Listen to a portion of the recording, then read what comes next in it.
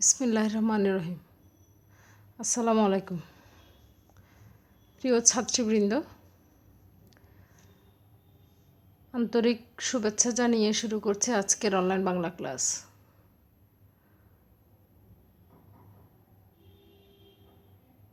আজকে তোমরা জানো মাসি পিসি গল্পের প্রায় শেষের দিকে আমরা, সেই শেষ পর্বটাই আজকে তোমাদের জন্য আমি শেষ হিসেবে নয়, মানে অনলাইন ক্লাসে শেষ হিসেবে সমাপ্ত করতে চাচ্ছি। অর্থাৎ আজকের ক্লাসটা দিয়ে মাসি পিসি গল্পটার সমাপ্তি হবে। প্রিয় শিক্ষার্থীরা, গত পর্বে আমি শেষ করেছিলাম যে কাচারি বাড়ি নিয়ে যাওয়ার জন্য যে কানাই এসেছিল এবং কানাইকে মাসি বলেছে যে এত রাতে কাচারি বাড়ি ডাকতে তোমার কর্তার লজ্জা করা নেই, এইটুকু পর্যন্ত, অর্থাৎ তোমার কর্তার তো লজ্জা হওয়া উচিত, আমাদেরকে যে এত রাতে ডাকা পাঠিয়েছে। এতটুকুতেই শেষ হয়েছে গত পর্বে। তারপরেই রয়েছে পিসি বলে, আয়না বজ্জাত হারামজাদারা, এগিয়ে আয়না, কাটারির কোপে গলা কাটি দু একটার। যখন পিসি বলেছিল যে তোমার কর্তার লজ্জা হওয়া উচিত, তখনই কানাই ফুঁসে ওঠে, অর্থাৎ সে রেগে গিয়ে বলে, তোমাদেরকে অবশ্যই যেতে হবে, তোমাদেরকে আমি ভালোই ভালোই বলছি, যদি না যাও তো ধরে বেঁধে টেনে হিসড়ে নিয়ে যাওয়ার মতো নিয়ে যাওয়ার হুকুম আছে। এই কথা শুনে মাসি কী করে, দাঁতে দাঁত ঘষে, দাঁতে দাঁত একটার সাথে একটা কামড়ে ধরে বলে যে আসো তাহলে নিয়ে যাও, আমাদেরকে ধরে বেঁধে টেনে হিস্ট্রে নিয়ে যাবে, আসো আসো একবার, বটির এক কোপে আমি গলা ফাঁক করে দিব মাথা থেকে। এরকম করে সে চেঁচিয়ে বলে। পিসিও বলে, আয়না বজ্জাত হারামজাদারা, আমার সামনে আয়, আমার সামনে আয়, আমি তোদের দু একজনকে একটু গলা কাটি। এরকম করে ওরা মাসি পিসি দুজনেই যখন তাদের সামনে মাথা উঁচু করে গলা চেঁচিয়ে তাদের সামনের দিকে যায়, তারা কিছুটা কিন্তু ভটকে যায়, ভয় পেয়ে যায়। মাসি বলে, শোনো কানাই, কিন্তু এর কি না মোটে, তোমাদের সাথে মোরা মেয়ে নোক পারবো না জানি, কিন্তু দু একটাকে মারবো, জখম করব ঠিক। বলছে, এটা ঠিক, তোমরা ছেলে মানুষ, আমরা মেয়ে মানুষ, আমরা শারীরিকভাবে সাধারণত দুর্বল, সৃষ্টিকর্তা প্রদত্ত, কিন্তু একটা কথা মনে রাখো, তো আমরা পরাজিত হবে ঠিকই, কিন্তু তোমাদের দুই একজনকেও কিন্তু আমরা মেরে জখম করব, আমাদের কিন্তু সেই যন্ত্রপাতি আছে। দু একজন আমার সামনে আসো, আমাদের সামনে আসো, আমরা তোমাদের দু একজনকে একটু দেখিয়ে তারপর নিজেরা না হয় মরব। হাঁকাহাঁকি ডাকাডাকি শুরু হয়ে যায় পাড়ায়, অনেকে ছুটে আসে, কেউ কেউ ব্যাপার অনুমান করে ঘরের জানলা দিয়ে উঁকি দেয়, বাইরে না বেরিয়ে। তাদের সাথে একরকম যখন দস্তাদস্তি হচ্ছে কানাই চকিদারের, তারপর তার দলবলের, এমন সময় মাসি পিসি ওদেরকে যখন ভয় দেখিয়েও কিছু করতে পারছে না, তখন তারা দুজনে চিৎকার চেঁচামেচি করতে লাগলো যে পাড়ার লোকজন যেন জেগে ওঠে, তারা যেন কাছে আসে। আসলে তারা নিজেদের নার্ভাসনেস কাটিয়ে ওঠার জন্যই কিন্তু এভাবে ডাকাডাকি করছিল, কিন্তু তারা বুঝতে পারে নাই যে তাদেরকে এভাবে লোকজন সাড়া দিবে। তারপর তাদের ডাকে এলাকার অনেকেই সাড়া দিয়েছে। আসলে সাড়া দিয়েছে তারা ঠিক মাসি পিসিকে সমবেদনা জানানোর জন্য না, বা তাদের বিপদে এগিয়ে আসার জন্য না, তারা নিজেরাও আসলে কানাই চকিদারের দল বল যারা আছে তাদের অত্যাচারে তারাও অতিষ্ঠ, সেজন্য তারাও সুযোগ বোঝে, তারাও চিৎকার চেঁচামেচি করে বা তারাও এগিয়ে আসে। কিন্তু শেষে একটা কথা, কেউ কেউ ব্যাপার অনুমান করে ঘরের জানালা দিয়ে উঁকি দেয়, বাইরে না বেরিয়ে। এটা হচ্ছে সুবিধাবাদী একটা শ্রেণী, যারা সব সময় অবস্থান করবে এবং সব কালেই অবস্থান করে, অতীতে ছিল, বর্তমান আছে, ভবিষ্যতেও থাকবে। এরকম সুবিধাবাদী লোক মোটেই ভালো নয়। এই মানুষগুলা এই যে অন্যের বিপদে কখনো এগিয়ে যায় না, শুধু নিজেরা লেজ গুটিয়ে বসে থাকে, কারো বিপদে এগিয়ে যায় না, যে কারণে তাদেরও কিন্তু এরকম বিপদ হলে কেউ এগিয়ে আসে না। বটি আর দা রাখে হাতের কাছেই, যুদ্ধের আয়োজন করে তৈরি হয়ে থাকে মাসি পিসি। এটা হচ্ছে গল্পের প্রায় শেষ লাইন। প্রায় বলছি এই জন্য যে আসলে এখানে পুরো গল্পটা আমাদের সামনে দেওয়া হয় নাই, আমাদের বইয়ের মধ্যে যতটুকু আছে ততটুকুর মধ্যে এই লাইনটা শেষ।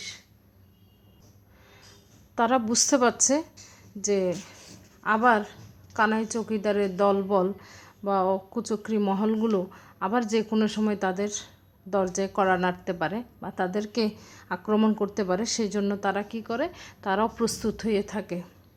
সব সময় এলাকার লোকজন তাদেরকে আগলে রাখবে সেটাও কিন্তু তারা ঠিক ওভাবে বুঝতে পারছে না। তবে তারা দুজন একটু আশ্চর্যই হয়েছে যে তাদের ডাকে এতজন মানুষ আসবে, সেটা তারা কিন্তু চিন্তা করে নাই। সেই জন্য মাসি পিসি দুজনের দিকে তাকায়, মানে এমনভাবে চুপিসারে কথা বলে বা পরিকল্পনা করে যেন আল্লাদি কিছুই বুঝতে না পারে এবং আল্লাদির যেন ঘুম না ভাঙে। আবার তারা এমনও পরিকল্পনা করে যেন কানাই চৌকিদারের দলবল যখন আসে তখন যেন তারা সেটা শক্ত হাতে মোকাবেলা করতে পারে। সেটার জন্য তারা তাদের অতীতের অভিজ্ঞতা আছে যে এরকম যে ঘর আর কিছু করতে না পারে ঘর জ্বালিয়ে দেয়, সেই আশঙ্কা থেকে তারা কি করেছে, কলসিতে জল ভরে রেখেছে, অন্যান্য জিনিসপত্রের মধ্যে পানি ভরিয়ে রেখেছে, যেন আগুন যদি ধরেই যায় বা লাগিয়ে দিয়েই থাকে তাহলে সেটাকে যেন তাৎক্ষণিকভাবে তারা নিভাতে পারে। সেই জন্য তারা এইসব করে মোটামুটি বটি আর দা হাতের কাছে রেখে ভবিষ্যৎ যুদ্ধের জন্য তারা প্রস্তুত হয়ে থাকে। আসলে পুরো গল্পটা আমাদের সামনে থাকলে আমরা বুঝতে পারতাম মাসি পিসি কতটা সাহসিকতার পরিচয় দিয়েছে বা কতটুকু সফল হতে পেরেছেন, এটা আমরা বুঝতে পারতাম। কিন্তু গল্পটা যেহেতু এখানে পুরোটা নাই, সেই জন্য তোমাদেরকে আর কিছু বিশেষ কিছু জানানো যাচ্ছে না। সবে শেষ একটা কথা দিয়ে আমি আজকের ক্লাসটা শেষ করতে চাই। সেটা হলো একজন রাইটারের একটা গল্প, কবিতা এটা, যে হুবহু হয়তো আমার মনে নাও থাকতে পারে লাইনগুলো অ্যাকুরেট, তবে আমি এটার উপর ভিত্তি করে কিছুটা মূল কথা আনার চেষ্টা করছি আর কি।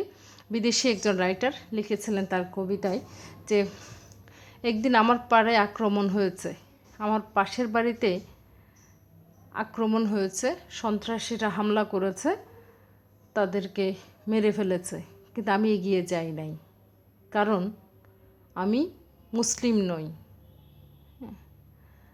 আরেকদিন আরেকটা বাড়িতে সেই সব সন্ত্রাসীরা আবার হামলা করেছে, তাদেরকে মেরে ফেলেছে, আমি তাদেরকেও উদ্ধার করতে যাই নাই, কারণ আমি হিন্দু নই।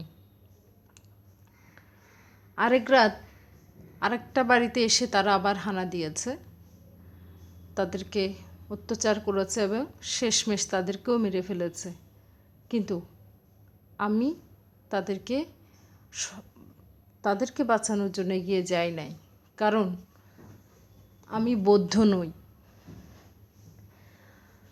পরের দিন রাতে আবার সেই সব লোক আবার আরেকটা বাড়িতে এসেছে হামলা করার জন্য, এবং হামলা করেছে এবং যথারীতি প্রতিবারের মতো তাদেরকেও মেরে ফেলেছে। আমি কিন্তু যাই নাই, আমি তাদেরকে উদ্ধার করার জন্য যাই নাই, তাদেরকে সহমর্মিতা জানানোর জন্য আমি যাই নাই, কারণ আমি খ্রিস্টান নই। আরেক দিন ওরা দেখি আমার বাসায় হাজির হয়েছে। আমার বাসায় হাজির হওয়ার পরে আমি অনেক চিৎকার চেঁচামেচি করেছি, অনেক হাঁকাহাঁকি ডাকাডাকি করেছি, কিন্তু আমাকে উদ্ধার করার জন্য, আমাকে সেই সব পাষণ্ডদের হাত থেকে রক্ষা করার জন্য কেউ এগিয়ে আসলো না। আমাকেও সেই দিন তারা মেরে ফেলেছিল, আমিও তাদের হাত থেকে রেহাই পাই নাই, আমাকে কেউ উদ্ধার করার জন্য আসে নাই। অর্থাৎ তাকে যখন মারা হচ্ছিল তখন আর অবশিষ্ট কেউ ছিল না, ইতিমধ্যে সবাইকে মেরে ফেলেছে, সর্বশেষ মানুষ ছিল সে যাকে সবার শেষে মারা হয়েছে। তো এই গল্পটা থেকে, এই কবিতাটা থেকে আসলে শেখার অনেক কিছু আছে, জানার অনেক কিছু আছে, বোঝার অনেক কিছু আছে। আমার কাছে খুব ভালো লাগে এই কবিতাটা, আমার চোখ দিয়ে পানি চলে আসে। যে চিন্তা করে দেখো, তোমরাও চিন্তা করে নিজের বিবেককে একটু প্রশ্ন করে দেখো যে অন্যের বিপদে পাশে থাকাটা কতটা জরুরি। তুমি যদি কারোর জন্য করো তাহলে তোমার জন্য কেউ একজন কিন্তু প্রস্তুত হয়ে যাবে, আর তুমি যদি কারোর জন্য না করো তাহলে তুমিও প্রস্তুত থাকো, সেই মানুষটার দশা তোমার জন্য হবে। সেই জন্যই মানুষের প্রতি মানুষের ভালোবাসা, মায়া, মমতা, দরদ এইগুলা থাকতে হয়। এসব না থাকলে মানুষ হিসেবে আমরা কিন্তু লজ্জিত হব, পরাজিত হব। তো প্রিয় শিক্ষার্থীরা, তোমাদেরকেও এরকম দেশের প্রয়োজনে, মানুষের প্রয়োজনে এগিয়ে যাওয়ার আহ্বান করছি, এই প্রত্যয় রাখছি। আজকের ক্লাস এখানে শেষ। তোমাদের সবাইকে অনেক অনেক ধন্যবাদ।